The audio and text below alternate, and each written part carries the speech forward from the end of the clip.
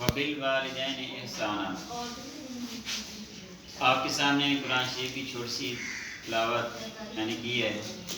جس کا ترجمہ اور مفہوم یہ بنتا ہے کہ اپنے والدین کے ساتھ اچھا سلوک کرو۔ والدین کے آداب احترام کے حوالے سے ہمارے چھوٹے چھوٹے سیشن چل رہے ہیں اور یہ 19واں سیشن ہے ہمارا۔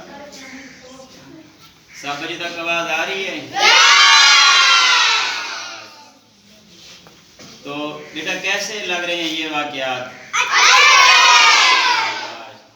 اچھا بیٹا، ان واقعات کو ہم نے یاد بھی رکھنا ہے، ان کے اوپر عمل کرنا ہے۔ آپ نے اپنے والدین کا اچھا بچہ بننا ہے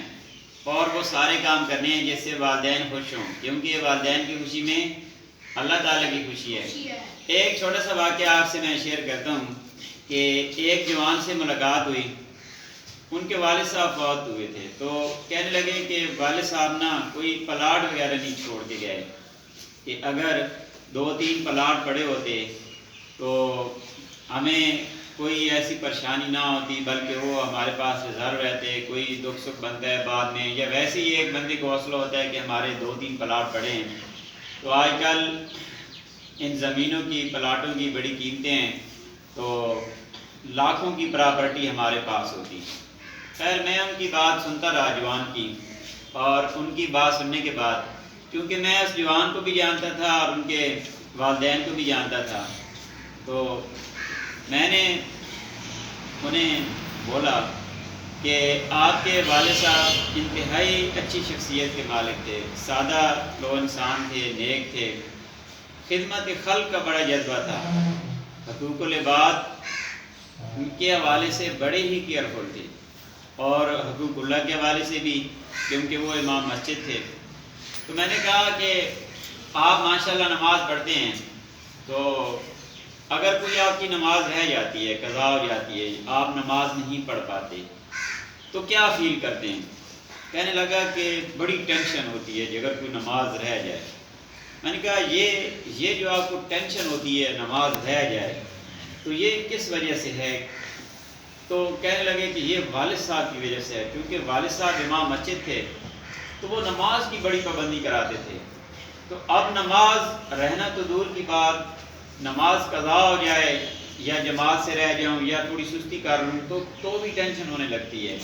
تو میں نے کہا یہ پلاٹوں سے زیادہ قیمتی چیز ہے جو والد صاحب آپ کو دے گئے ہیں۔ اچھا، اس جوان کی گفتگو بھی بڑی مہذب تھی، بڑے اداب کے ساتھ گفتگو کرتا تھا وہ۔ تو میں نے کہا آپ یہ جو اچھی گفتگو کرتے ہیں، اچھے الفاظ کا استعمال کرتے ہیں، کبھی آپ کے منہ سے گالی نہیں سنی، اور آپ کو اکثر میں مسکراتے ہوئے بھی دیکھتا ہوں، تو یہ والی جو چیز ہے نا، یہ گفتگو کے آداب کا خیال رکھنا، تو یہ آپ کے لیے بینک بیلنس سے کہیں بہتر ہے کہ آپ کے پاس پیسہ ہو اور پیسے کی وجہ سے لوگ آپ کی عزت کریں، تو اس سے زیادہ بہتر ہے کہ آپ کے اخلاق کی وجہ سے اور آپ کے نرم لہجے کی وجہ سے اور آپ کے چہرے پہ مسکراہٹ کی وجہ سے لوگ اگر عزت کرتے ہیں۔ کہنے لگا کہ یہ بات تو ہے، اور بھی اس طرح کی 2-3 باتیں میں نے ان کے ساتھ شیئر کی۔ تو میں نے بولا کہ اگر والد صاحب نے آپ کی اچھی تربیت کی ہے، والد صاحب نے آپ کو ایک اچھے ادارے میں تعلیم دلوائی ہے، جہاں آپ نے علم بھی حاصل کیا ہے، تربیت بھی حاصل کی ہے،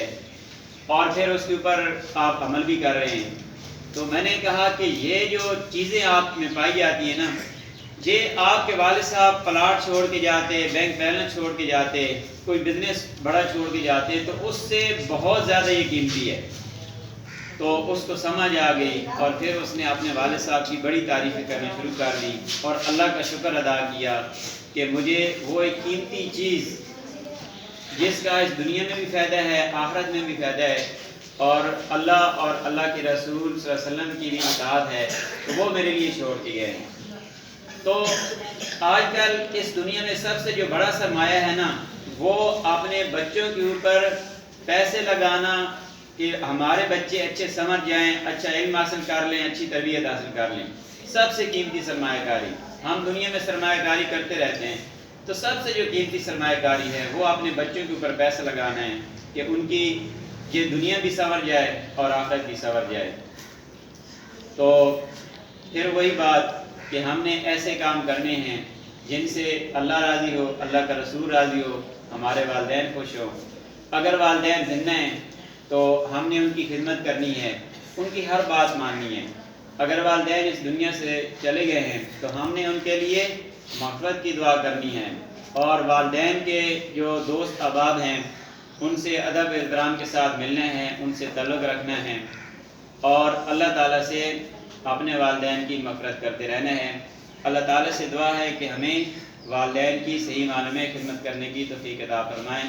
وآخر دعوانا ان الحمد للہ رب العالمین۔ Thanks to all students.